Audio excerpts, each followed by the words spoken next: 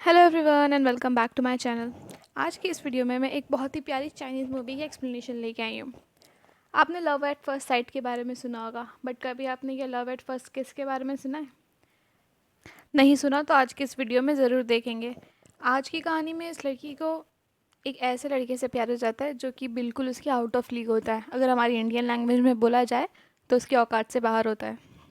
अब क्या उसका ऐसा अनरियलिस्टिक क्रश सक्सेसफुल होगा? क्या उसके प्यार को अंजाम मिलेगा या वो ऐसी लटकी हुई रह जाएगी? ये जानने के लिए वीडियो को एंड तक देखिएगा।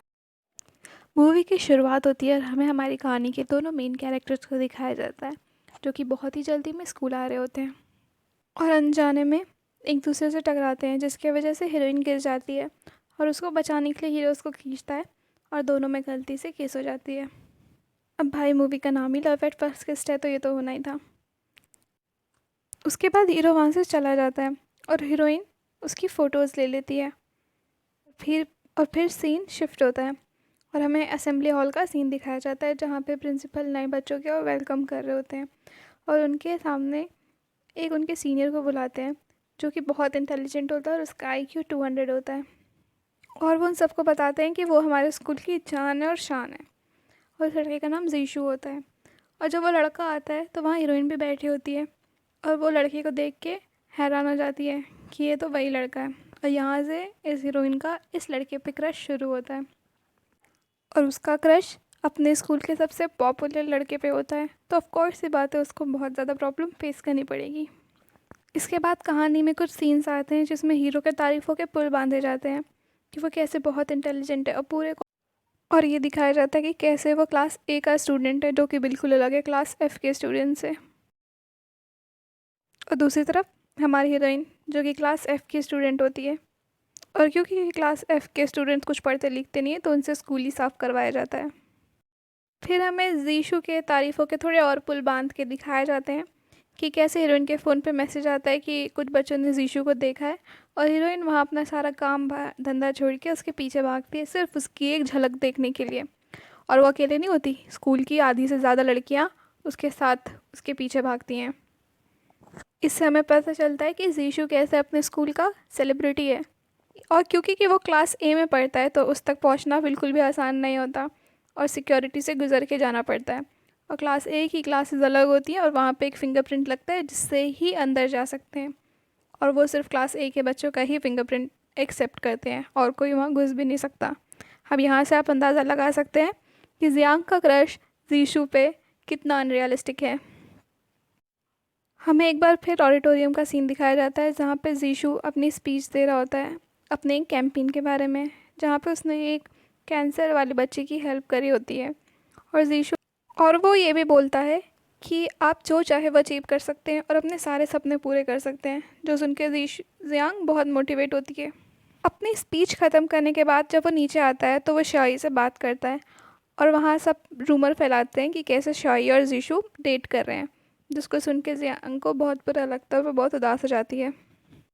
सीन शिफ्ट होता है और हमें टेरेस का सीन दिखाया जाता है जहाँ पे जियांग के दोस्त उसका मूड ठीक करते हैं, बट वो उसको साथ साथ में ये भी बोलते हैं कि जीशू सच में उसकी लीग से बाहर है और वो अपने सपने छोड़ दे। तभी वहाँ कहानी का एक और कैरेक्टर आ जाता है, आजिन, जिसको जियांग से प्यार होता है और उसके दोस्त जियांग को हमेशा भाभी बोलते हैं। और वो जियांग के लिए हमेशा नए नए खाने बना और वो फिर जियांग के लिए बहुत टेस्टी सा खाना बना के लाया होता है। और वो जियांग से बोलता है कि सिर्फ कुछ ही दिन बचे हैं स्कूल पास करने में और हमें एक दूसरे से अपने दिल की बात कह देनी चाहिए। वो अपने लिए कह रहा होता है लेकिन जियांग को लगता है कि वो उसे मोटिवेट कर रहा है जीशू से अपने दिल की बात कहने के लिए, और वो वहाँ बहुत मोटिवेट होती है और कहती है कि वो अब जीशू को अपने दिल की बात बता देगी। अगले दिन का सीन दिखाया जाता है जिसमें जियांग जीशू के लिए लेटर लिख के लाई होती है और उसके दोस्त बहुत मेहनत से उसको वो लेटर लेने देने के लिए भेजते हैं, क्योंकि कि जीशू क्लास A में पढ़ता है, जिसकी वजह से उन लोगों को पूरा एक फायर का नाटक करना पड़ता है कि स्कूल में आग लग गई है, ताकि जियांग वहाँ का गेट खुल जाए और वो जियांग को जाके दे सके वो लेटर। जब जियांग वहाँ लेटर देने जाती है जीशू को, तो जीशू उसको बहुत बुरी तरीके से रिजेक्ट कर देता है। तब जियांग उसको बोलती है कि उसने स्पीच में बोला था कि जो सपने होते हैं तुम अपने सपने पूरे कर सकते हो। तो वहाँ जीशू उससे कहता है कि तुम जैसे बेवकूफ़ ही इस बात पे बिलीव करेंगे, और ये कह के चला जाता है। जियांग बहुत खुश होती है कि कम से कम वो रिजेक्ट हुई है तो अकेले में हुई है, बट वहाँ बहुत सारे लोग आ जाते हैं और पूरे ये न्यूज़ हर जगह फैला देते हैं कि जीशू ने जियांग को रिजेक्ट कर दिया। जियांग बहुत उदास होकर अपने घर पे जाती है, पर उसके पापा उसका मूड ठीक करने के लिए ट्राई करते हैं। लेकिन तभी वहाँ पता नहीं क्या होता है कि उसका घर गिर जाता है, क्योंकि वो बहुत पुराना होता है और उसके पापा को किसी ने बेवकूफ़ बना के वो बेच दिया होता है। अब वहाँ न्यूज़ वाले आ जाते हैं और उनको सबको बहुत परेशान करने लगते हैं कि आपने ऐसी बेवकूफ़ी कैसे कर दी, और ये बात भी सब में फैल जाती है कि जियांग का घर टूट गया। अगले दिन स्कूल में जियांग के दोस्त और साथ साथ में आजिन भी अपने दोस्तों के साथ मिलके जियांग के लिए फ़ंड इकट्ठा कर रहा होता है कि उसका घर टूट गया है और उसको घर बनवाने के लिए पैसे जमा करवाइए, और उसकी और बेइज्जती करवा रहे होते हैं हर जगह। तब तक वहाँ पे जीशू भी आ जाता है और वो लोग जीशू से भी चंदा मांगने लगते हैं। तो जीशू बोलता है कि ये घर खरीदने वाले की ही बेवकूफ़ी थी कि उसको पता नहीं चला कि उसको कोई बेवकूफ़ बना रहा है। तब जियांग को बहुत बुरा लगता है और वो जीशू से कहती है कि तुम्हें क्या लगता है कि तुम क्लास ए में पढ़ते हो और इस बोर्ड पे तुम्हारा नाम है टॉप 100 स्टूडेंट में, तो तुम बहुत अच्छे हो, और मैं भी अपना नाम टॉप 100 स्टूडेंट में लेके आऊँगी। और वहाँ जियांग के दोस्त उसको रोकते हैं कि ज़्यादा गुस्से में मत बोलो, तुम्हारे बस की नहीं है। बट जियांग वहाँ पे जीशू से शर्त लगा लेती है कि वो टॉप 100 में अपना नाम ला के रहेगी और उस बोर्ड पे उसके साथ उसका नाम ज़रूर लिखा जाएगा। अब जियांग शर्त तो लगा लेती है, लेकिन उसको पढ़ाई बिल्कुल भी पसंद नहीं होती, तो वो और उसके दोस्त बहुत उदास होते हैं कि पूरे स्कूल के सामने उन लोगों ने ये क्या कर दिया। हमें सीन दिखाया जाता है कि जियांग के पापा के दोस्त जियांग और उसके पापा को लेने के लिए एक गाड़ी भेजते हैं, और उस गाड़ी को देख के हमें समझ में आता है कि उसके पापा के दोस्त बहुत अमीर हैं, और जियांग और उसके पापा उसके दोस्त के यहाँ जाते हैं। और उनकी वाइफ़, जो कि बहुत ही ज़्यादा स्वीट होती है, वो जियांग को बहुत पसंद करने लगती है और उसको अपने घर जैसा ही वहाँ रखती है। और वो साथ ही साथ जियांग से बोलती है कि तुम मेरे बेटे से मिलना, और वो भी तुम्हारे ही स्कूल में जाता है और सुना है मैंने कि वो बहुत पॉपुलर है। और वो चाहती है कि उसकी और उसके बेटे की बातचीत हो जाए, क्योंकि उसको हमेशा से एक बेटी चाहिए थी, और जियांग में उसको अपनी बेटी दिखती है। बट जियांग वहाँ पे उनसे बोल देती है कि सॉरी, मेरा क्रश ऑलरेडी है जिसने मुझे रिजेक्ट कर दिया है। ये सुन के जियांग उनकी मम्मी को बहुत बुरा लगता है। लेकिन हम लोग बैकग्राउंड में देख सकते हैं कि वहाँ पे जीशू की फ़ोटो लगी होती है, मतलब इनका बेटा जीशू ही है, लेकिन ये बात जियांग को नहीं पता। फिर हमें सीन दिखाया जाता है जहाँ पे जियांग अपना रूम सेट कर रही होती है और उसके रूम में हर चीज़ जीशू के फ़ोटो की होती है। उसके ब्लैंकेट से लेके तकिए से लेके उसके पूरे रूम में सिर्फ जीशू की फ़ोटोज़ ही लगी होती हैं।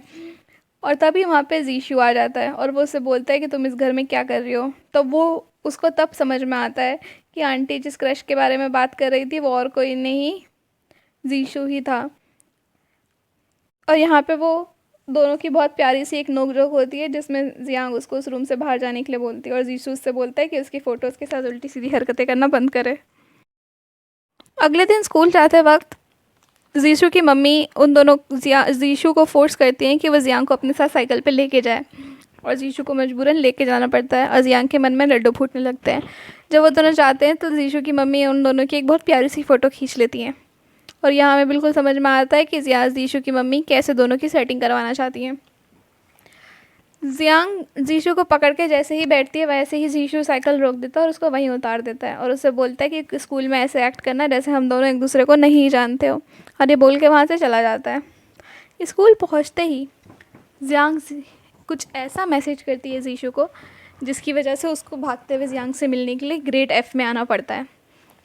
और यहाँ हमें पता चलता है कि वो उसे ब्लैकमेल कर रही है, क्योंकि जीशू की मम्मी ने जियांग को एक वीडियो दिखाया था जिसमें जियांग लड़कियों के कपड़े पहन के डांस कर रहा होता है, और वो उससे ब्लैकमेल करके उसको बोलती है कि उसको पढ़ाना पड़ेगा क्योंकि उसे टॉप 100 में आना है, और जीशू मजबूरन हाँ भर देता है कि उसको जियांग को पढ़ाना है।